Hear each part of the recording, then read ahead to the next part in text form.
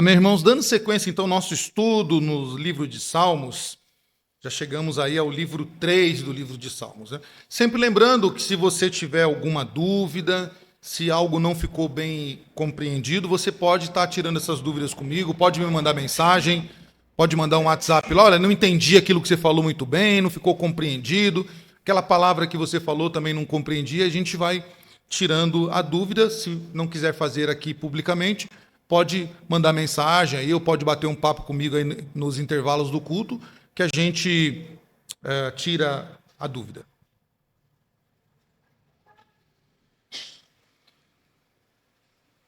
Só fazendo aqui um lembrete do livro 2, vou fazer isso rapidamente, que nós já precisamos ganhar tempo hoje. O livro 2, então, ele constitui na verdade, o livro 3, né, do livro 2, constitui de 31 salmos, sendo que desses salmos, nós temos aí a segunda coleção de livros de Davi, segunda coleção de compilações de salmos de Davi. Então está mais ou menos dividido assim o segundo livro dos salmos. Nós temos aí a coletânea dos filhos de Corá, que vai do Salmo 42 ao 49, um único salmo que é destinado ou dedicado, ou foi escrito, melhor dizendo, por Asaf, que é o Salmo 50. Nós temos aí uma segunda coletânea de salmos de Davi, dos 51 ao 71, e um único salmo de Salomão, que é o Salmo 72. Os primeiros 7 salmos dos filhos de Corá, ou 7 salmos de Corá. Esses 7 salmos são atribuídos aos filhos de Corá, incluindo o primeiro salmo, que ele não tem um título, né, não tem um nome de alguém, mas é dedicado, quase que todos os estudiosos entendem que este salmo, ele também foi escrito pelos filhos de Corá, devido à semelhança da linguagem e a forma com que se dirige ou que se fala. E essa coletânea serve, então, como uma coletânea especial que abre todo o livro 2.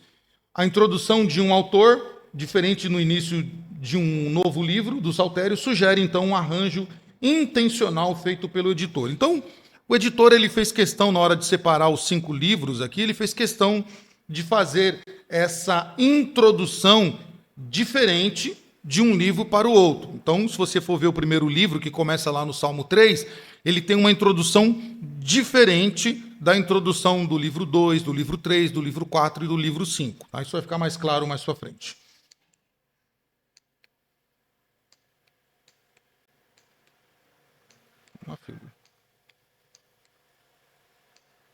Acho que vou precisar de ajuda aqui, porque não foi agora, né?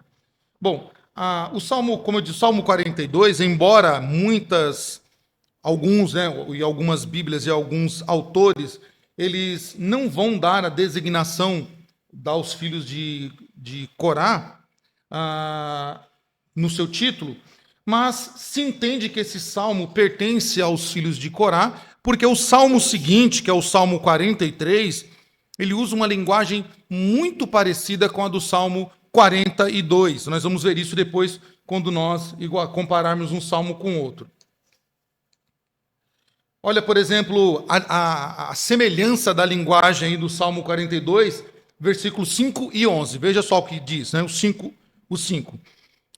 Por que está abatida a minha alma? Por que te perturbas dentro de mim? Espera em Deus, pois ainda o louvarei, a Ele, meu auxílio e Deus meu. O versículo 11 diz, de novo, porque está abatida a minha alma? Por que te perturbas dentro de mim? Espera em Deus, pois eu ainda o louvarei, a Ele, meu auxílio e Deus meu. E o Salmo 43, 5, diz praticamente a mesma coisa. Porque está abatido a minha alma? Porque te perturbas dentro de mim? Espere em Deus, porque eu ainda o louvarei, a Ele, meu auxílio e Deus meu. Então, ou seja, a mesma linguagem. Então, alguns estudiosos e algumas bíblias não vão dar, pelo título aqui, a edição do Salmo 42 aos filhos de Corá, mas tudo indica que pertence a eles pela mesma linguagem que é feita no Salmo seguinte. Então, o que acontece nos escritos bíblicos? Isso até fica uma dica para vocês, né? Quando houver alguma dúvida de um escrito que não tem o nome de alguém, compara pelo seguinte. Se o seguinte está lá, por exemplo, vou dar um exemplo aqui do Novo Testamento. Não temos aí o autor da carta aos Hebreus. Uns dizem que foi Apolo, outros dizem que foi Paulo, e outros dizem que foi outros discípulos. Então não temos ali a convicção, certeza de que foi. Mas quando você começa a comparar a carta, muitos estudiosos, eu concordo com eles nisso aí, compara os escritos de Paulo com os escritos aos Hebreus. Então, eles entendem que a carta aos Hebreus possivelmente foi escrita por Paulo pela linguagem de Paulo. Então, você compara com o que está mais próximo dela para você saber se é. No caso aqui, o Salmo 42 e o Salmo 43 são muito idênticos, então tudo indica que foi escrito pela mesma pessoa, os filhos de Corá. Bom, dentro dessa primeira coletânea dos Salmos 42 ao 43, nós temos aqui um introdutório de esperança apesar da angústia.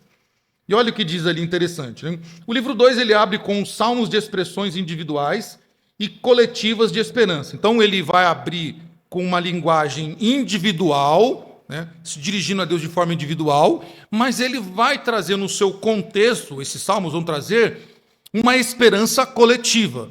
Então notem, o salmista está usando uma linguagem singular, quando ele diz, como suspira a corça, a minha alma, depois ele diz, contudo, Senhor, concede-me, né, a misericórdia. Depois ele vai dizer ali, porque está abatido a minha alma, falando dele. Mas a esperança desses salmos, ela é coletiva, ela tem um sentimento profundo de angústia e de uma angústia coletiva. Nos dois primeiros salmos, o 42 e o 43, que devem ser considerados como né, já dissemos isso, o escritor luta com a tristeza em sua alma por causa de um sentimento de rejeição de Deus devido à sua incapacidade de conduzir o povo em procissão à casa de Deus, com gritos de alegria e louvor, entre a multidão em festa. Então, o Salmo 42 e 43, ele provoca uma tristeza, uma angústia, porque ele não está conseguindo atingir o objetivo. Notem que este salmo ele tem este apelo de angústia coletiva, embora o autor aqui ele esteja usando uma linguagem individual, mas ele diz, a minha alma tem sede de Deus, do Deus vivo, quando irei e me verei perante a face de Deus? Então ele está expressando a angústia dele, a angústia do povo, em não poder estar na presença de Deus, ou por sua incapacidade de estar na presença de Deus. Essa exclusão externa da morada estabelecida de Deus levanta o salmista a um estado de luta interior, como o próprio refrão do Salmo indica. E ele repete isso, né, em algumas vezes no Salmo. Por que, Senhor? Por que te olvidaste? Por que esqueceste de mim? Por que irei de andar eu lamentando sobre a opressão dos meus inimigos? Notem no Salmo seguinte, por que me rejeitas? Por que hei de andar lamentando sobre a opressão dos meus inimigos? Ou seja, o salmista está angustiado, e ele expressa nesse livro a angústia de não poder estar diante da presença de Deus, diante de estar no altar, na morada de Deus, por causa da sua incapacidade. Então, como escreveu bem o comentarista Palmer Robertson, do livro de Salmos, este livro ele confronta o povo. É um confrontamento do povo da sua incapacidade, por causa dos seus pecados, de se achegar diante de Deus. E aqui, então, o salmista se sente confrontado, se sente oprimido, porque não consegue mais chegar diante de Deus, e ele então expressa essa angústia que ele tem. Estes dois salmos de abertura fornecem a imagem realista de uma consequência significativa da luta perpétua contra o inimigo do povo de Deus que todo cristão deve enfrentar. A luta continuará não apenas fora, mas também dentro. Nesse sentido, o leitor tradicional dos Salmos, a partir de uma perspectiva personalizada, é totalmente apropriado. Então, esses salmos vão nos ensinar, primeiro bloco, vão nos ensinar da luta que o povo de Deus vai ter, essa luta interna que ele vai viver. Então, nós não temos somente adversários externos que nos impedem de se achegar diante de Deus. Nós temos também internamente uma luta que vamos viver, que o salmista expressa nisso quando ele conversa com a própria alma, né? Ó minha alma, né? Por que te angustia? Por que, minha alma, você não louva a Deus? Então ele está expressando uma angústia interna que o cristão vai viver diante dessa confrontação por causa da sua incapacidade de louvar a Deus, de estar diante de Deus.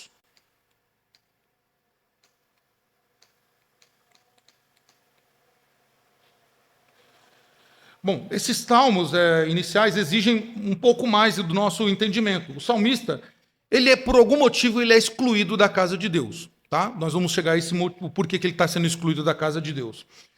Ele está sendo abusado por uma nação, ou seja, há algo que essa nação está fazendo, e esse salmista, então, ele pede um livramento, e não só um livramento individual, mas o livramento de uma nação que não tem misericórdia. Né? A referência aqui pode ser uma nação que se apostatou da fé, ou no caso, pode ser a parte norte. Lembra lá quando o reino de Israel se divide em dois lados, sul e norte? O norte é o primeiro que se apostata da fé. Vai adorar os Balaíns, vão adorar os reis da Síria, vão praticar todo tipo de idolatria. Então, o salmista expressa ali, ele usa uma palavra em hebraico ali, o lahem, né? O lahem que ele usa ali no Salmo 43, é para dizer a angústia que ele está sofrendo por causa da apostasia do povo do culto a Deus. E ele vai usar uma palavra ali também em hebraico que ela tem um significado profundo, que é agoi, que ele vai pedir o quê? O livramento. E esse livramento é, Senhor, rompe aquilo que está nos oprimindo, nos livra daquilo. É algo muito mais do que me tira daqui, me põe ali. É algo mais profundo que o salmista está pedindo. Ele falou, olha, nós precisamos ser arrancados do perigo, tirados do perigo. Precisamos ser livres do perigo. Por isso, ele usa Lahem, tem misericórdia de nós. Né? Tem misericórdia deste povo que abandonou a ti. Né? Lembra-te, Senhor, desse povo. Esse canetinho não está querendo ir, não, viu? Sabe, precisar de você aqui, porque não está indo, não. A gente vai perder muito tempo apertando os botões aqui. Então, essa referência, ela pode ser o que aconteceu ali em 2 Reis, quando realmente o povo se apostata da fé, pode passar? O povo se apostata da fé, então o salmista ele está relembrando isso. Essa nação opressiva, seja qual for, ela se recusa a permitir que seus judeus cativos participem das festas anuais realizadas em Jerusalém. Se vocês lerem lá 2 Reis, você vai ver que o próprio rei ele proíbe o povo do norte de ir até Jerusalém cultuar o Senhor. Ele proíbe que o povo vá até a casa de Deus, que o povo cultue a Deus. Então ele vai e faz poste ídolos, faz lá uma espécie de altar para ficar no Reino Norte, para que o povo não vá para o sul, e aí rompe os laços todinho com o sul. Então, possivelmente, pode ser que o salmista aqui esteja se referindo a este evento em que o povo não está livre para ir até Jerusalém louvar ao Senhor. O inimigo introduzido neste segundo livro de Salmos não é um adversário individual, mas é um inimigo nacional, ou seja, a própria nação está perseguindo o salmista de louvar a Deus, de cultuar ao Senhor. O salmista, então, ele tem essa luta contínua dentro e fora dele. Ele fala consigo mesmo, se aconselha a manter a esperança com uma tripla repetição do refrão. Pode passar uma tripla repetição do refrão. Se vocês vão ver, ó. Por que está abatido a minha alma? Depois ele vai. Por que te perturbas dentro de mim? Espere em Deus, pois eu ainda o louvarei, a Ele, meu auxílio e Deus meu. Então, o salmista, ele conversa. Minha alma, descansa, não fique abatida, não te perturbes. Né? Nós vamos continuar louvando ao Senhor, vamos continuar louvando ao nosso Deus, ainda que os adversários não estejam permitindo. Pode passar? E aí nós vemos Então, esses primeiros 3 salmos podem estar se referindo a esta ocasião, lá no livro de Reis, em que a nação de Israel está dividida, então ela impede que o povo vá até Jerusalém louvar. O salmista cria essa angústia, então ele percebe que o adversário não é só interno, mas ele é externo também. É uma nação que persegue-o, é uma luta interna de que ele quer estar na presença de Deus, mas ele não pode estar na presença de Deus, e por isso a alma dele se angustia por não ir até Jerusalém. E tem essa ideia de que somente estando em Jerusalém é que se adora a Deus, e então o Senhor está conduzindo esse salmista a entender que, ainda que você não possa estar fisicamente em Jerusalém, descansa em Deus, não te perturbas, você vai continuar louvando a Ele. Então aí nós temos uma segunda parte, né, dentro dessa primeira parte, que é o Salmo 45 ao 48, que vai falar do reinado. Se o rei físico proibiu a nação de cultuar a Deus, então o salmista agora apresenta o verdadeiro rei e o seu Messias. Lembra, isso já foi visto lá no Salmo 2. O Salmo 2 nos apresentou, né? Assim como todo o livro 1 e, consequentemente, todo o livro de Salmos, a esse lembrete do povo que Deus ele reina, ainda que no trono esteja Davi, mas quem reina é Deus, e Davi é o Messias de Deus. Tá? Ou o rei da nação é o Messias de Deus, o ungido de Deus. Seguindo esses 3 salmos que introduzem um dilema pessoal e nacional, 4 salmos celebram então o reinado de Deus e do seu Messias sobre as nações.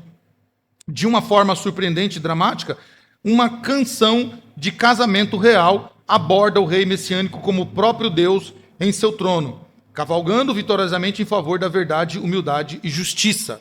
Então, o salmista vai lembrar, olha, existe um rei, calma minha alma, calma povo, né? Calma, mantenham a calma porque existe um rei que reina e ele trouxe o seu Messias para governar o seu povo. Então, a expressão dele nessa canção era para tranquilizar a sua alma, dizendo, olha, o teu trono, ó Deus, é para todo sempre. Ou seja, não é porque Israel estava passando por essa divisão que o trono de Deus, que o trono do Messias de Deus havia se acabado ou terminado.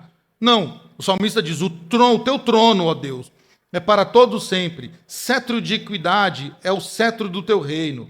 Amas a justiça e odeias a iniquidade. Por isso, Deus, o teu Deus, te ungiu com óleo de alegria, como a nenhum dos teus companheiros. Então, o salmista, ele é lembrado de que o Senhor é quem ungiu o seu Messias. E, portanto, por causa disso, o reinado do Messias ele não tem fim enquanto o Senhor é o rei, é o Senhor do rei, é o rei acima do rei, para lembrar e tranquilizar a sua alma. Então, surgem duas perguntas que são interessantes. Como pode o Messias, de repente, ser apresentado como Deus neste salmo? Que interessante, né? O salmo, ele aponta para o Messias como sendo Deus. Isso é uma pergunta que eu devo me fazer. O que precedente se preparou para esse surpreendente anúncio, particularmente tendo em vista o compromisso inabalável com o monoteísmo da fé do Antigo Testamento? Nossa, quando o povo ouvia isso deveria chocar no povo e deveria trazer a eles uma pergunta: como pode o rei ser Deus se nós somos monoteístas, ou seja, cremos em um só Deus, não pode ter outro Deus? Notem, lembram quando Jesus se denominou o Senhor? Ou falou, antes que Abraão estivesse, eu sou? E aí os escribas lá, os fariseus, ficaram doidos de raiva com Jesus, porque eles eram monoteístas, não poderia ter um outro Deus. Jesus estava dizendo que ele era Deus. E aqueles homens falaram, não pode ter um Deus, só há um Deus, e esse Deus nós sabemos quem é. E por isso que Jesus, então, ele é perseguido. O salmista aqui está dizendo, nos salmos que nós lemos, que o Messias, esse Messias, o Messias de Deus, o rei, ele é apresentado como um rei. Esse precedente surge naturalmente do foco da aliança de Deus com Davi, que serve como um fator fundamental para o livro de Salmos em seu papel de história redentora. A aliança de Deus com Davi apontava especificamente para o esperado Messias. Eu lhe serei por pai e ele me será por filho. Lembra? Foi o que foi o que Samuel disse, ou foi o que Deus disse ao rei, né? A aliança de Deus com Davi firmava este trono que não tem fim. Não foi isso que Deus prometeu a Davi, que o reino dele não teria fim? Por isso o salmista poderia escrever essa canção dizendo que o Messias de Deus, ele era Deus. Porque é o Senhor quem está governando o reino. É o Senhor quem está no controle do reino. Pode passar?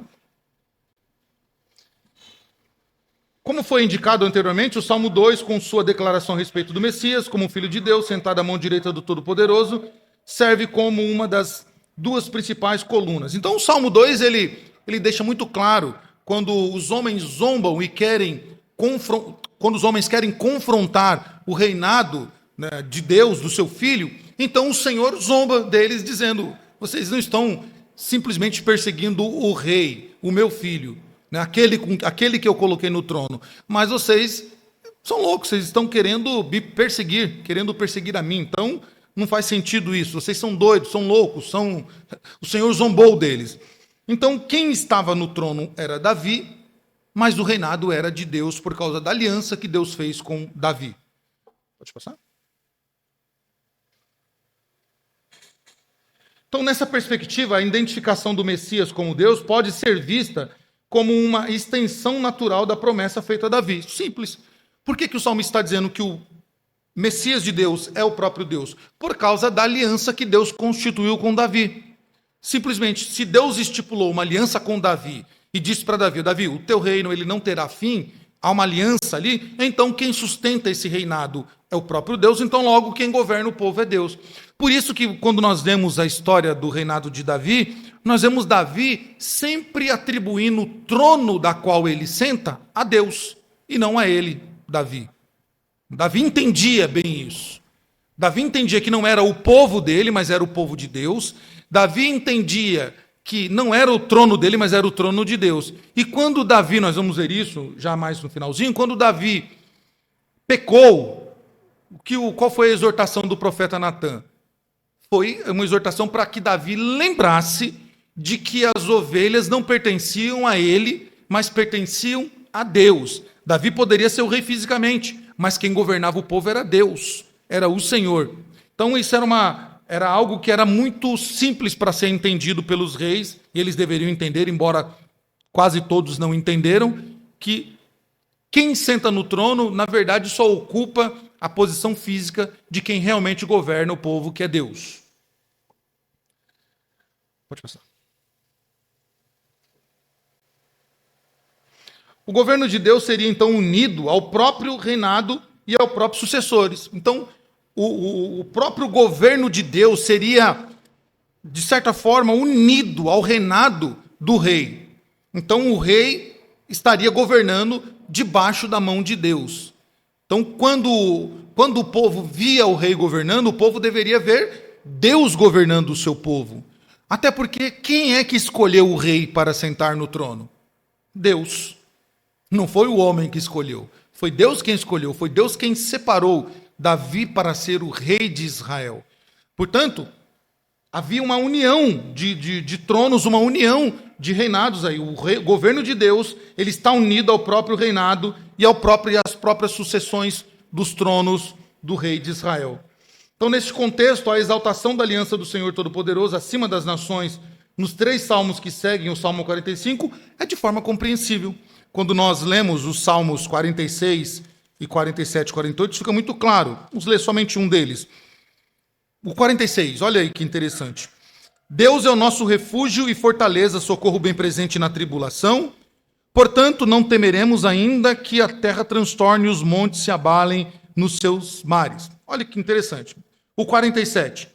Batei palmas todos os povos, celebrai a Deus com vozes de júbilo, pois o Senhor Altíssimo é tremendo e o grande rei de toda a terra. Salmo 48. Grande é o Senhor e muito digno de ser louvado na cidade do nosso Deus, seu santo monte, belo e soberano.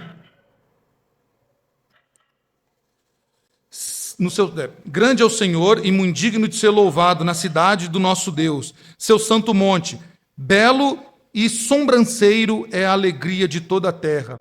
o monte Sião para os lados do norte, a cidade do grande rei. Então, o salmista está sendo muito categórico em dizer: há uma união de reinos, há uma união de tronos. Quem é que governa o povo? Não são os reis, mas é Deus. O rei, ele é o Messias, o ungido de Deus para governar fisicamente o povo. Pode passar? Bom, esses 3 salmos, então, eles foram agrupados de forma intencional, eles não estão aí por acaso, foi intencional, 46, 47, 48, tá? Para fazer o quê? Celebrar a soberania de Deus e a sua aliança como o grande rei de todas as nações. Aqui, de forma muito simples, há uma progressão que pode ser vista num movimento de luta pessoal de Davi com seus vários inimigos para estabelecer o seu reinado, no livro 1. Então, essa progressão que vem acontecendo de forma clara para exaltar a aliança de Deus com Davi, é uma forma também de Davi confrontar os seus inimigos, aqueles que querem usurpar o seu trono, aqueles que querem tomar o seu trono, e o maior adversário, sem dúvida nenhuma, vai ser alguém da própria casa de Davi, alguém da própria família de Davi, que vai querer usurpar o seu trono, e isso, tomar o lugar do Messias de Deus nas Escrituras, não é algo que surge, que é aleatório, é algo que surge desde o começo. É o Caim que quer a posição de Abel, é a Miriam e o Arão que querem a posição de Moisés, e é o Absalão que quer a posição de Davi. Então não é algo aleatório, é algo que é uma constante, há uma constante aqui. Então, esses salmos eles estão ali de proposital. O povo de Deus luta com seus inimigos corporativos, o que deve terminar em vitória, pois Deus e o seu Messias reinam de forma conjunta e firme no Monte Santo Sião. E aí nós temos 2 salmos que são muito interessantes, e aqui eu vou gastar um tempinho aqui, uns 10 minutos nessa parte, que é muito interessante, que é uma convocação. Nós temos aqui 2 grandes convocações no Salmo 49 e Salmo 50. Então, depois que Deus, nos primeiros salmos, estabelece, né, o seu Messias como rei, o Senhor está dizendo: o rei Davi, ele é o meu Messias. É o meu ungido, foi eu quem ungi para ser o rei de todo Israel. Então, depois que Deus estabelece o reinado do Messias, né, o reinado do seu Messias, 2 salmos interpõem-se aí, antes que uma segunda coletânea seja de salmos venha, que é a próxima, que vem do 51 em diante. Como esses 2 salmos contribuem para o desdobramento progressivo da mensagem do livro, é uma pergunta que deve ser feita. Ambos os salmos, 49 e 50, abrem com uma convocação. Olha que interessante. Vamos ler para você ver como que isso deve ficar claro na nossa leitura. Como que começa o Salmo 49? Povos todos, escutai, dai ouvidos, moradores, todos os moradores da terra. Então, ou seja, o salmista aqui está convocando, está dizendo assim: olhem, parem e escutem o que o Senhor vai dizer a vocês. Parem todos os povos da terra, parem moradores, parem plebeus, parem ricos, nobres. Os meus lábios falarão sabedoria e o meu coração terá pensamentos judiciosos. Aos 50, como que começa? Fala o poderoso, o Senhor Deus, e chama a terra desde o levante até o poente. Desde o Sião, excelência da sua formosura, resplandece Deus. Também aqui há uma convocação nesse salmo. Vem o nosso Deus e não guarda silêncio. Perante ele arde um fogo devorador. E aí vai continuar o desdobramento dessa convocação. Então, esses 2 salmos, eles mostram isso quando o Salmo 49 se inicia essa introdução dirigindo a todos os povos, né? O Salmo 49 se dirige a todos os povos, e o Salmo 50, pode passar, ele vai ser uma convocação mais específica, tá? Mais específica.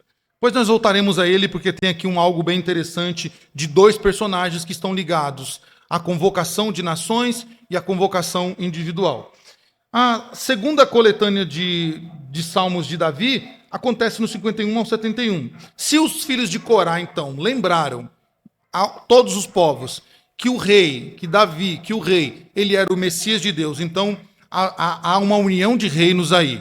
E dentro dessa união há uma convocação, ou há duas convocações, às nações e ao salmista. Agora, essa segunda compilação de salmos de Davi aparece aí do 51 ao 71.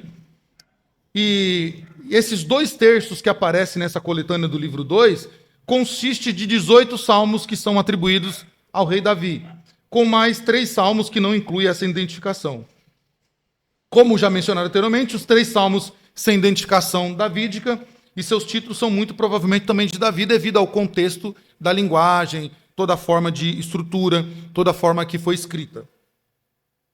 Então nós temos aqui respostas às convocações. Lembra? Salmo 49 e Salmo 50 são 2 convocações. Então, os 2 primeiros salmos dessa coletânea, relaciona-se de forma quiástica. O que é isso? O que é um quiástico? Esse negócio aí que apareceu agora aí. Misericórdia, né? Um palavrão, é uma língua estranha. O que é isso aqui? Então, há um quiasmo aí que acontece nesses 2 salmos, tá? Que compõe esse arranjo quiástico, que pode ser representado e mostrado dessa forma. Pode passar, que aí tem, acho que eu fiz uma... Bom, o que é um quiasmo, primeiro, né? Pode passar mais um pouquinho, tem uma setinha aí. Isso. É uma estrutura em que as palavras da primeira frase são repetidas na segunda de forma inversa. Então, ou seja, o que se falou aqui vai ser respondido aqui de forma inversa. Nós vamos perceber isso. Isso chama-se quiasmo. Quando você começa a falar uma coisa, então repete ela, só que de forma inversa. Você não fala primeiro, você fala depois. Tá? Vai ficar claro nesse exemplo. Mostra aí. Esse jeitinho aí. Isso é um quiasmo. Tá? Salmo 49. Convoca quem? As nações.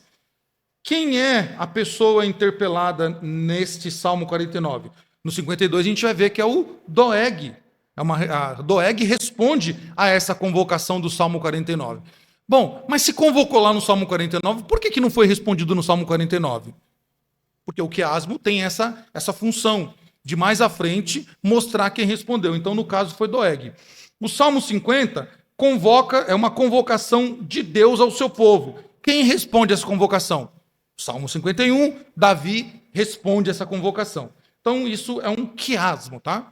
Quando você for ler a Bíblia, muitas vezes acontece isso. Principalmente o Novo Testamento está cheio disso. Há uma convocação, uma pergunta aqui, mas a resposta vem de lá. Então, é como se alguém te perguntasse uma coisa, passa o tempo, você começa então a responder de trás para frente, né? Ou de frente para trás, né? Você começa a responder dizendo, aquilo que você me perguntou, então agora eu vou te responder. Então, aquilo que você queria saber, agora eu vou te falar. Então, é um quiasmo isso. Pode passar? Ficou claro? Ficou, né? Tá bom. Se tiver dúvida, a gente responde. Há uma estrutura em que a resposta ela vem na frente de forma invertida. Tá? Isso é um quiasmo. O Salmo 50 convocou o próprio povo de Deus e, correspondentemente, no Salmo 51, Davi é o primeiro, é o rei e o primeiro indivíduo a responder essa convocação. Vamos ver se isso é verdade? Então, o Salmo 50 diz, como nós lemos, fala o poderoso, o Senhor Deus, e chama a terra desde os confins, desde o levante até o poente. E todo o Salmo vai dizer isso. O 51. Porque te gloriaste na maldade, ó homem poderoso. Não, 51, né? Peraí. Compadece de mim, ó Deus, segundo a tua benignidade, segundo a multidão das tuas misericórdias, apaga as minhas transgressões, e aí vai indo todo o salmo. Então, ou seja, Davi está respondendo ao chamado do salmo, à convocação do Salmo 50.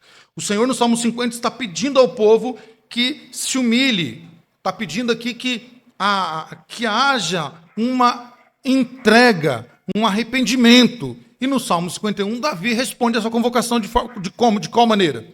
De forma humilde, se entregando, se arrependendo, né? E de forma totalmente íntima a Deus, ele se entrega. No Salmo 49, Deus convocou todas as nações. Lembra lá? Vamos ler de novo. Lá. Povos todos, escutai isto, dai ouvidos, moradores da terra, tanto plebeus quanto os da fina estirpe, todos juntamente, ricos, pobres, e etc, etc. Então, no Salmo 52, quem é que vai responder a a esta convocação. Olha o que diz o cabeçalho aí. Ao mestre de canto, salmo didático de Davi, quando Doeg, edomita, fez saber a Saul que Davi entrara na casa de Abimeleque. E aí o Salmo 52, então, é uma resposta à convocação do Salmo 49. O que diz? Por que te glorias na maldade, ó homem poderoso? Pois a bondade de Deus dura para sempre. A tua língua urde planos de destruição. Qual navalha afiada, ó praticadora de enganos. Amas o mal antes que o bem. Preferes mentir a falar retamente. E aí vai dizendo tudo aquilo que Doeg fez naquela cena em que Davi e os seus valentes estavam fugindo de Saul e eles tiveram fome e não tinham o que comer. E então eles foram até os sacerdotes, né, no caso Abimeleque, e comeram os pães da proposição, que só podiam os sacerdotes, mas Davi, que tinha gabarito para isso, ou tinha condições de fazer isso, comeu os pães da proposição, pegou a espada de Golias e toda a história que nós já sabemos, e por causa disso Doeg então foi lá e entregou Davi para Saul, e todos os sacerdotes foram mortos, conforme a história registra. Então, esse fica bem claro que esse Doeg, ele é apresentado como o primeiro réu a responder esta convocação do Senhor às nações.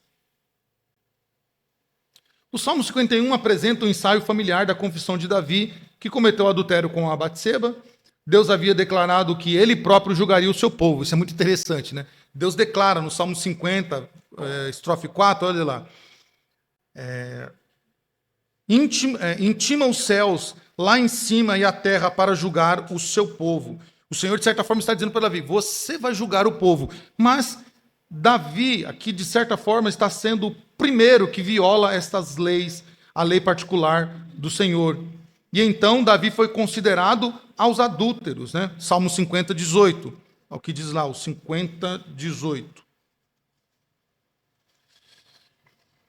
Se vês um ladrão, tu te comprases nele, e aos adúlteros te associas.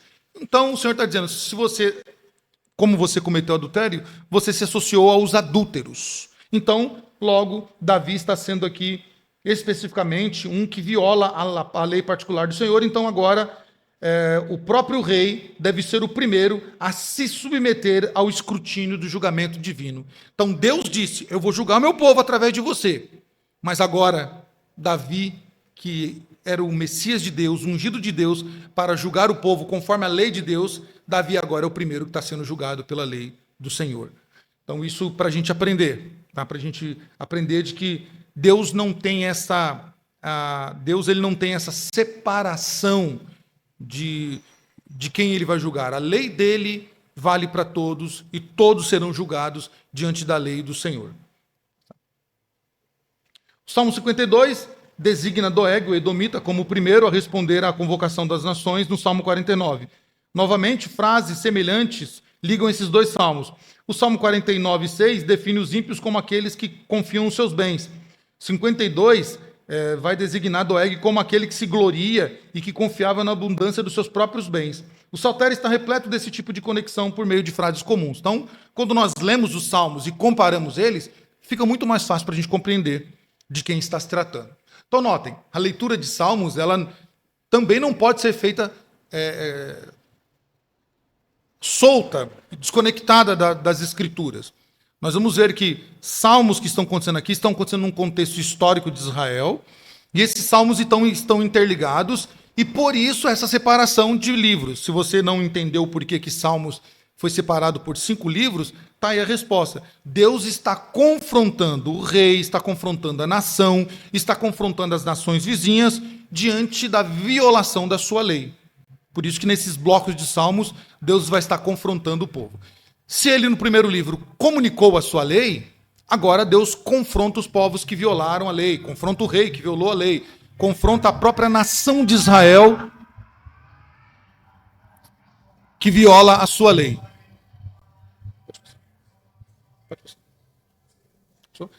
Então, o salmista está fazendo aqui alguma tentativa de se comunicar com as nações. Como ele se dirige a elas? É uma pergunta. O que exatamente ele espera desses termos? Outra pergunta. Como a sua perspectiva se une para a atitude expressa com relação aos seus inimigos no livro, é o que vai ficar sendo claro para nós. Então, o salmista está se comunicando com as outras nações da maneira como elas deveriam se portar diante de Deus, já que Deus é Deus de todas as coisas. O salmista disse isso. Deus é Deus de todas as coisas. Todos os montes são dele, todos os animais são deles, todos os pássaros são dele. Tudo é dele e ele reina sobre, não só sobre Israel, sobre todas as nações. Então, de certa forma, ele está fazendo isso. E como ele está fazendo isso? Como ele quer? No livro 1, então, do livro dos Salmos, como nós vemos, os inimigos são quase que totalmente referidos na terceira pessoa, lembra? Nós vamos ter um comparativo disso já já. No livro 1, você vai sempre ver os inimigos de Deus sendo comparados como terceira pessoa. Já no livro 2, há uma diferença na linguagem. Se no livro 1 são eles e nós, né, entre Israel e o rei Davi, o relacionamento contraditório surge fortemente quando o salmista revela seus sentimentos mais profundos nos salmos que registram as suas orações em relação aos seus inimigos. Pode passar? Então, nós vamos ver essa diferença de linguagem. Lá no livro 1 tinha uma linguagem. Olha só, por exemplo, o Salmo 3. Terceira pessoa. Feres nos queixos a todos os meus inimigos e aos ímpios quebram os seus dentes. É um salmo imprecatório. Salmo 5. Declara os culpados, rejeita-os por causa das suas muitas transgressões. Outro salmo imprecatório. Salmo 7. Por sobre eles remonta-te às alturas, o Senhor julga os povos. Terceira pessoa de novo. Salmo 9. Infunde-lhes, Senhor, o medo. Saibam as nações que não passam de mortais. Terceira pessoa de novo. Salmo 10. Quebranta o braço do perverso e do malvado, esquadrinha-lhes a maldade. De novo, uma terceira pessoa. Defronta-os, arrasa-os, no Salmo 17. Então, note, todo o livro 1 vai ter essa linguagem de terceira pessoa colocando, são eles e não nós. Então, outras passagens do livro 1 vão demonstrar essa atitude e a expectativa do salmista em relação aos seus inimigos, tanto de forma individual quanto de forma nacional. E é difícil, se não quase impossível, encontrar uma única passagem no qual alguma forma de bênção pode ser estendida ao inimigo. Isso é muito curioso no livro 1 de Salmos. Quase que impossível, né? Pelo menos não dá para se lembrar de um texto em que há uma bênção destinada a uma nação fora de Israel.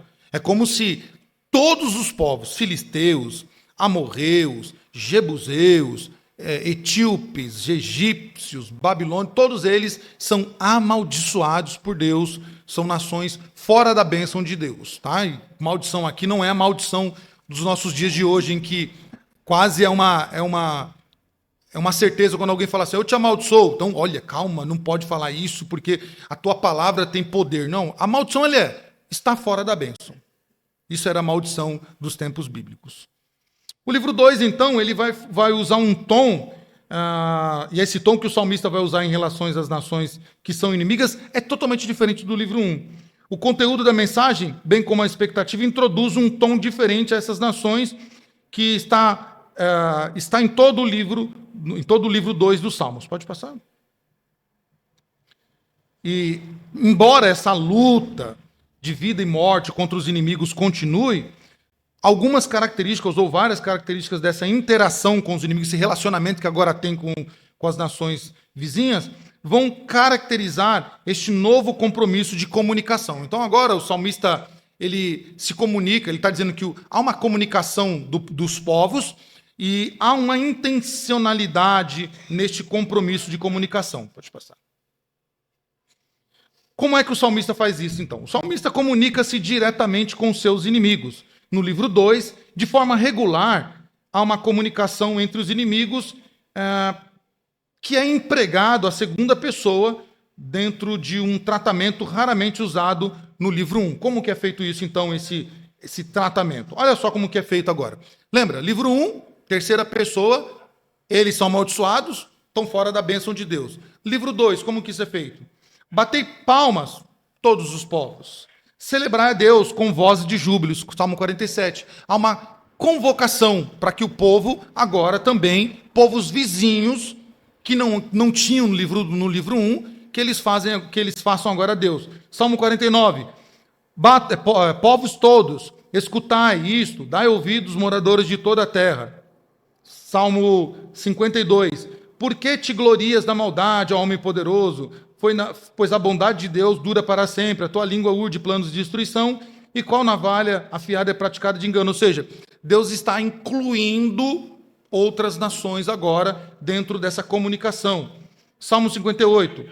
Falais verdadeiramente justiça, ó juízes. Julgai com retidão os filhos dos homens. Longe disso, antes no íntimo, engendrais iniquidades e distribuís na terra a violência de vossas mãos.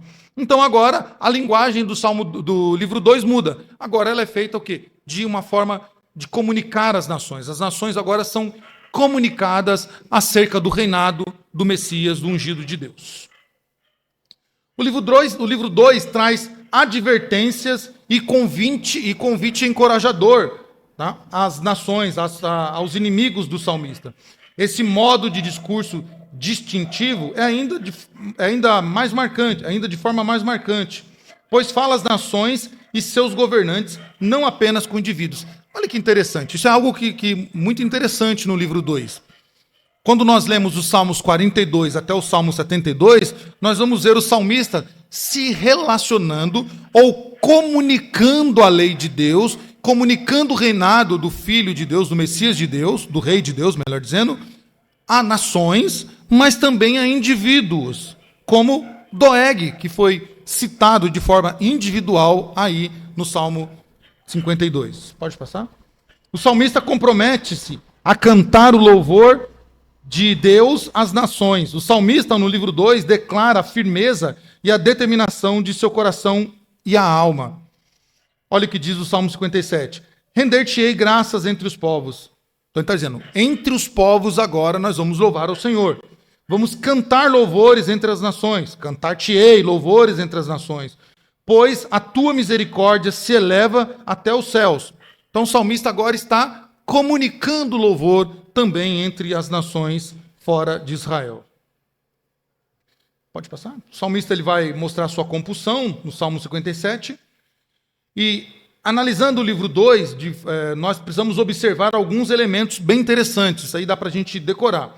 Salmo 42, 43 e 44 são salmos introdutórios de esperança, apesar de angústia. Lembra? Salmo 42 e 43, eles são salmos de angústia, porque te abate, minha alma, porque te angustia, né? Calma, crê em Deus, descansa em Deus. Então, são salmos que introduz esperança ao salmista, mesmo em meio ao quê? Às angústias. Uma segunda parte do salmo, desse bloco do livro 2, é os Salmos 45 ao 48. Mostra o quê? O que consola o salmista que está angustiado? Vamos lá, exercício de memória aqui, para a gente não ficar só ouvindo. Qual é a angústia que está ocorrendo com o salmista do Salmo 42 ao 44? Qual é a angústia? Uma pergunta, viu? Qual que é a angústia? Perseguição a quem? Quem está sendo perseguido? Davi. Davi é o quê? É o rei de Israel, mas tem mais uma coisa aí. Ele é o rei de Deus. É o rei de Deus. Então ele é o Messias de Deus, é um ungido de Deus que está governando Israel. Então o rei está sendo perseguido, é essa angústia. E como que essa angústia, de que forma esse salmista ele é consolado diante dessa perseguição que o rei está sofrendo? O que consolaria você se você fosse rei e estivesse sendo perseguido pelos opositores ao reinado do Filho de Deus? Vamos lá? Que mais? Bom, tô ouvindo todos, vamos lá. Qual é o consolo que o salmista tem em todo o livro de Salmos? Que o rei reina. E qual é o rei que reina para sempre? Deus, através da aliança que ele faz com Davi. Então, o segundo bloco do livro 2 mostra o reinado de Deus e do seu Messias. E esse reinado, o que acontece com ele? É para sempre, ele não tem fim. O salmista é consolado com isso, dizendo assim, calma minha alma, creia em Deus, espera nele, porque o reinado dele não tem fim. Não é Absalão que vai botar fim, não são os inimigos de Israel que vai botar fim. Esse reino não termina, ele é para sempre. E por fim, no próximo bloco, aí o terceiro bloco, Salmo 49 a 52, são 2 salmos de convocações. Então agora o salmista diz, bom, estou consolado, porque Deus reina através do rei, então agora convoquemos as nações a adorar esse Deus. E convoquemos então as nações para que elas sejam inclusas tanto na correção, no confrontação da quebra da lei de Deus, como de louvar a Deus. E o rei agora é convocado também para saber que o reino dele é um reino de aliança que não termina. Pode passar? E aqui, no Salmo 69 a 71, que fecha o livro 2, nós vemos aqui lutas contínuas, lutas que não terminam, que vão ser por um bom tempo. 3 salmos seguem o diálogo da realeza que descrevem as lutas contínuas do rei messiânico, mesmo em sua velhice. Tá? Embora Deus tenha marchado à frente do seu povo para fora do Egito, lá no Sinai, no deserto, através das conquistas e até as glórias do Monte Sião, o porta-voz representativo do povo de Deus deve suportar severas humilhações antes de sua exaltação final. Não foi isso que aconteceu com Moisés? Moisés não estava... Deus não conduziu o povo? Deus não levou o povo atravessando o mar, livrando ele dos egípcios? Mas Moisés não teve que passar por grandes humilhações? Moisés teve que ver os seus próprios irmãos questionando a sua liderança.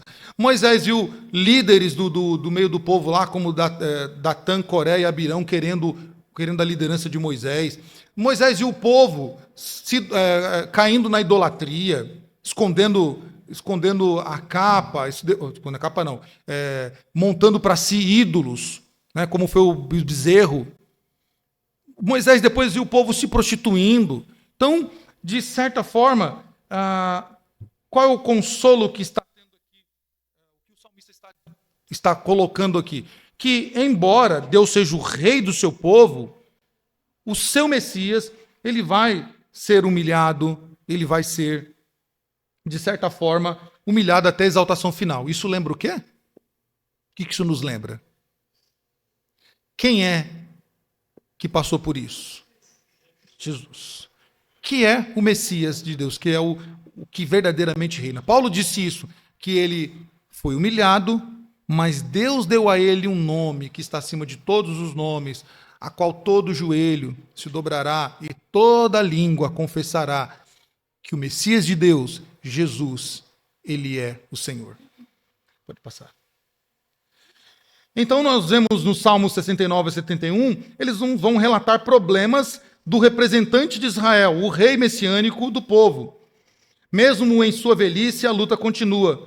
Davi, lá na sua velhice, já bem velhinho, Salmo 71, olha o que diz: não me rejeites na minha velhice, quando me faltarem as forças, não me desampares, Senhor. Então, Davi, mesmo na sua velhice, passando por lutas, Davi ainda pede ao Senhor que não desampares diante das lutas que ele está enfrentando. Ainda no Salmo 71, Davi diz: tu tens me ensinado, ó Deus, desde a minha mocidade até agora, tenho anunciado as tuas maravilhas. Não me desampares, pois, ó Deus, até a minha velhice e as cãs, até que eu tenha declarado à presente geração a tua força, às vindouras o teu poder. Davi está dizendo: Senhor, as lutas continuam.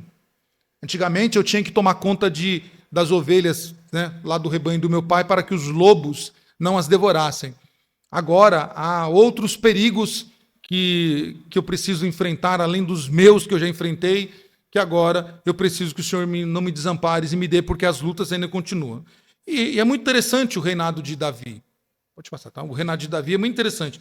Davi, do princípio ao fim, Davi ele convive com lutas internas, externas, dentro do povo, fora do povo. Davi não teve um momento de paz. Ou era filisteu que se levantava de um lado, ou era inimigos dentro do povo de Israel, como Doeg, ou era o próprio rei, né, no caso Saul, que o perseguia, mesmo Davi sendo fiel ao rei, mesmo Davi mostrando-se ser um fiel servidor do rei. Depois Davi tem o seu próprio exército perseguindo, depois Davi tem o seu próprio filho perseguindo. Então Davi não tinha um momento de paz, as aflições faziam parte da vida de Davi. E nestes 3 salmos, que antecipam a conclusão triunfante do livro 2, o Salmo 69 se destaca como um salmo de foco messiânico que retrata o sofrimento do verdadeiro Messias de Deus. 3 autores diferentes no Novo Testamento citam 4 passagens diferentes deste único salmo. Primeiro, João, em seu evangelho, volta-se para este salmo para explicar o zelo de Jesus na purificação do templo. Está lá em João, capítulo 2, versículo 7. O que diz lá? Tornei-me estranho aos meus irmãos, desconhecido aos filhos da minha mãe, pois o zelo da tua casa me consumiu, e as injúrias dos que me ultrajaram caem sobre mim. Este João lembrou lá da vida de Davi, quando a sua própria família o perseguia, os seus próprios irmãos o perseguiam, e agora João atribui isso ao próprio Jesus, dizendo, olha, Jesus tinha tanto zelo pela casa de Deus, que ele foi consumido, foi dado como desconhecido pela sua própria família, e foi consumido pelas injúrias que se levantavam contra ele. Então, João está dizendo aqui, aquilo que aconteceu com Davi figura para o verdadeiro Messias de Deus, que é Jesus. Pode passar? Então, ao explicar o justo juízo de Deus, que caiu sobre o traidor Judas e sobre Israel, o incrédulo, Lucas e Paulo também, como João cita 2 vezes, Lucas e Paulo também citam seções do Salmo 69. Essas 2 seções do Salmo 69, nós podemos ver, por exemplo, em Atos 1, 20, né, quando ele cita exatamente essas 2 estrofes do Salmo 69. Fique deserta a sua morada, e não haja quem habite as suas tendas, pois perseguem a quem tu feriste e acrescentam dores àqueles a quem golpeaste. Sua mesa torne-se-lhes diante deles em laço e a prosperidade em armadilha. Obscureçam-lhes os olhos para que não vejam e faze que sempre lhes vacile o dorso. Então, tanto no Salmo 69, 25, 26, como no 23, 22, 23, é repetido tanto por Lucas em Atos 1, 20, como por Paulo em Romanos 11, 9 e 10, para mostrar que o que estava ali escrito para Davi, que de fato aconteceu com Davi, era a expressão de Davi, na verdade apontava para o verdadeiro Messias de Deus, que é Jesus Cristo, o seu Filho, que reina para sempre. Concluindo então o livro 2, irmãos, tá? Quais as importâncias contínuas da experiência de Davi para nós? O que nós podemos pegar toda essa experiência de Davi nas suas compilações no livro 2, que aponta para essa convocação, né, para essa confrontação, né, mostrando que há esperança quando vivermos em lutas e mesmo diante das angústias, há esperança. Qual é a esperança? A pergunta: Deus reina. Diante dessa esperança, então, nós somos convocados. Convocados ao quê? A louvar e adorar ao Senhor. Tá vendo? Decorou facinho o livro 2. Vocês são inteligentes, é isso que eu gosto. Decoraram facinho. Isso é o resumo do livro 2 de Salmos.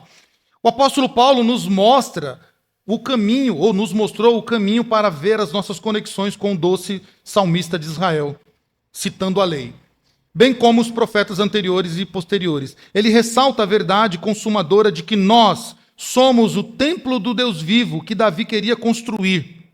Deus nos construiu uma casa própria onde ele habita para sempre. Está lá em 2 Coríntios, capítulo 6, que nós podemos conferir com Levítico 26, 2 Samuel 7,14, Isaías 52, Jeremias 32 e Ezequiel 37. Não podemos ler esses textos, depois pode fazer o exercício de casa e ler. Você vai ver que a intencionalidade era que nós sejamos a morada de Deus, o templo de Deus mesmo, para louvá-lo. Com base na perspectiva de Paulo, a palavra de Deus nos diz explicitamente que estamos completamente justificados ao aplicar as várias verdades dos Salmos as experiências de todos os crentes na nova aliança. Na verdade, nem todo crente poderá sofrer a intensidade do julgamento e do triunfo como Davi, única e aumentadamente. Pode passar. É quase certo que nenhuma pessoa, desde Davi, com uma exceção, sofreu as profundezas agonias e as alturas da alegria deste homem em particular, pois ele era um indivíduo único, levantado especificamente como homem segundo o coração de Deus. Então, Davi, ele é a representação do rei que aponta para um outro rei muito maior do que Davi.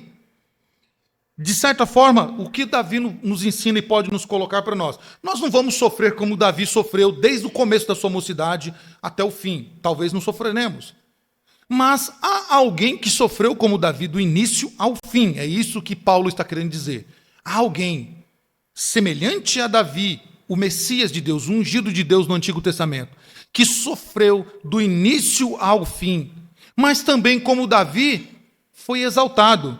Só que a exaltação deste é maior do que a exaltação de Davi. Paulo está apontando para o verdadeiro rei que reina para sempre, da qual, lá em Apocalipse, os anjos o louvarão com cânticos, né? Digno é o Cordeiro. Os anjos vão repetir isso muitas vezes. Os anjos, os anciãos, vão repetir muitas vezes. Digno é o Cordeiro. Digno é o Cordeiro de ser louvado. A ele a glória, a ele a honra. Há essa canção que se repete no céu por muitas vezes para aquele que realmente foi exaltado, aquele que realmente humilhado na terra, mas exaltado nos céus por Deus. Da mesma forma, então Paulo quer ensinar, Jesus Cristo, como grande filho de Davi, experimentou, por sua vez, as realidades descritas nestes salmos, de várias maneiras. Pode passar. Finalizando o nosso estudo, meus irmãos, nós podemos então aprender com Davi, de que, como povo de Deus, de forma individual e de forma coletiva, nós passaremos por angústias e sofrimentos. Talvez esta é talvez não, com certeza é algo que o crente moderno não gosta de ouvir, né? Talvez seja por isso que muitas igrejas não são cheias, porque as pessoas não querem ouvir que você vai passar por luta. Elas querem ouvir o quê? Que você não vai passar por luta, que você não vai sofrer, que você vai passar o quê? Vai ter o quê? Bênção, que você vai comer o melhor da terra, que você vai ser próspero, que você não vai ter nenhuma TIM na vida, nenhuma gripezinha na vida, que você vai ser bênção a vida toda. Isso não é evangelho. Isso é o falso evangelho. O verdadeiro evangelho apresenta o quê?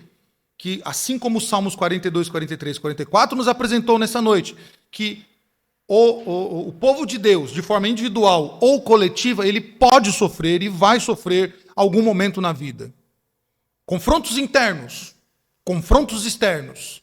Esses confrontos externos podem vir de fora do povo de Deus, mas podem vir de dentro do povo de Deus. Mas Deus consola o seu povo. De que maneira?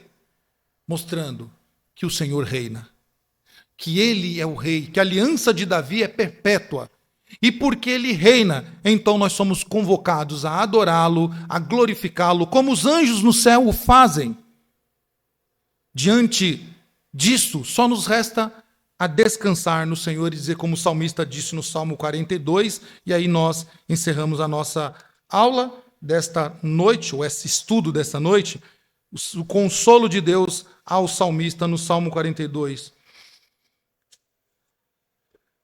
Como suspira a corça pelas correntes das águas, assim por ti, ó Deus, suspira a minha alma.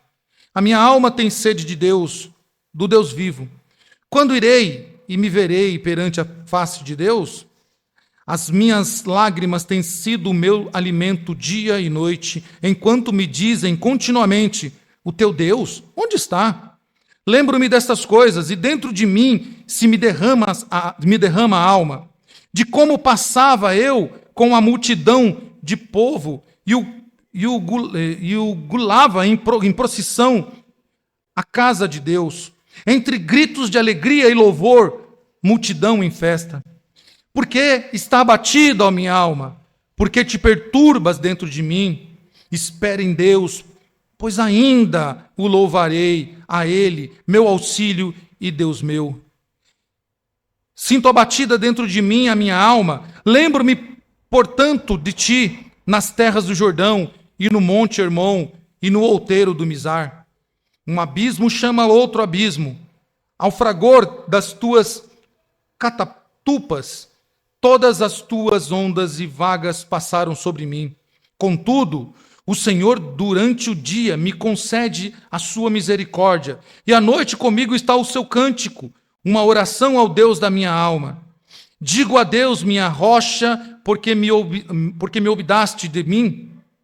Porque hei de andar eu lamentando sobre a opressão dos meus inimigos?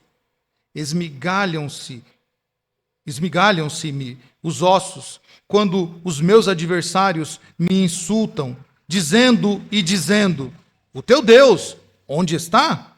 Por que estás abatida, ó minha alma? Por que te perturbas dentro de mim? Espere em Deus, pois ainda o louvarei a Ele, meu auxílio e Deus meu. Que o Senhor nos ajude, meus irmãos, a entender que ainda que passemos por momentos de angústias e tribulação, Deus reina em nossa vida. Por isso só não há outro sentimento senão louvá-lo e exaltá-lo. Vamos orar?